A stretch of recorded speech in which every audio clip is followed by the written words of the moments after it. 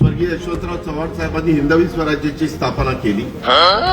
मी मगाशी काहीतरी बोलताना चुकून स्वर्गीय यशवंतराव चव्हाण साहेबांनी हिंदवी स्वराज्याची स्थापना केली असं बोलून गेलो, माफ करा. छत्रपती शिवाजी महाराजांनी हिंदवी स्वराज्याची स्थापना केली. स्वर्गीय यशवंतराव चव्हाण साहेबांनी हिंदवी स्वराज्याची स्थापना केली. त्या काळामध्ये देखील त्यांनी 18 पगड जाती 12 बलुतेदारांना बरोबर घेऊन हिंदवी स्वराज्याची स्थापना केली, रयतेचं राज्य केलं. त्यात सगळ्या जाती धर्माचे लोक होते, कधी भेदभाव नव्हता. आज परतूरचं उदाहरण घ्या, इथं मोठ्या प्रमाणावर माझा अल्पसंख्याक समाज आहे.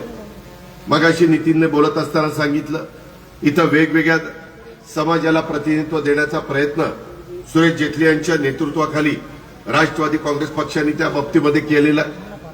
आजपर्यंत या शहरांनी अनेक वर्ष जवळपास 3 दशक परतूर नगर परिषदेवर आमचे सुरेश जेटली साहेबांची एक हाती वर्चस्व आहे. 91 ते 2004 13 वर्ष या शहराचं प्रतिनिधित्व नगराध्यक्ष पदाचं प्रथम नागरिक यांना त्यांनी जेटली साहेबांनी केलेलं आहे.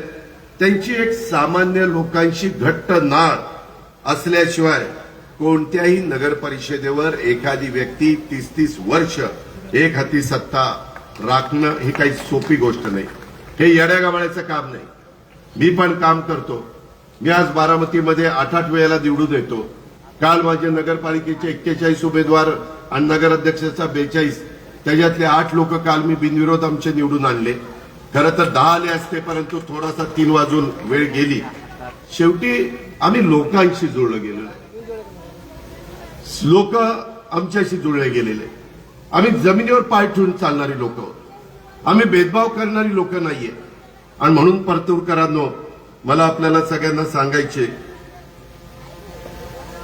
मी मगाशी काहीतरी बोलताना चुकून स्वर्गीय यशवंतराव चव्हाण साहेबांनी हिंदवी स्वराज्याची स्थापना केली असं बोलून गेलो, माफ करा.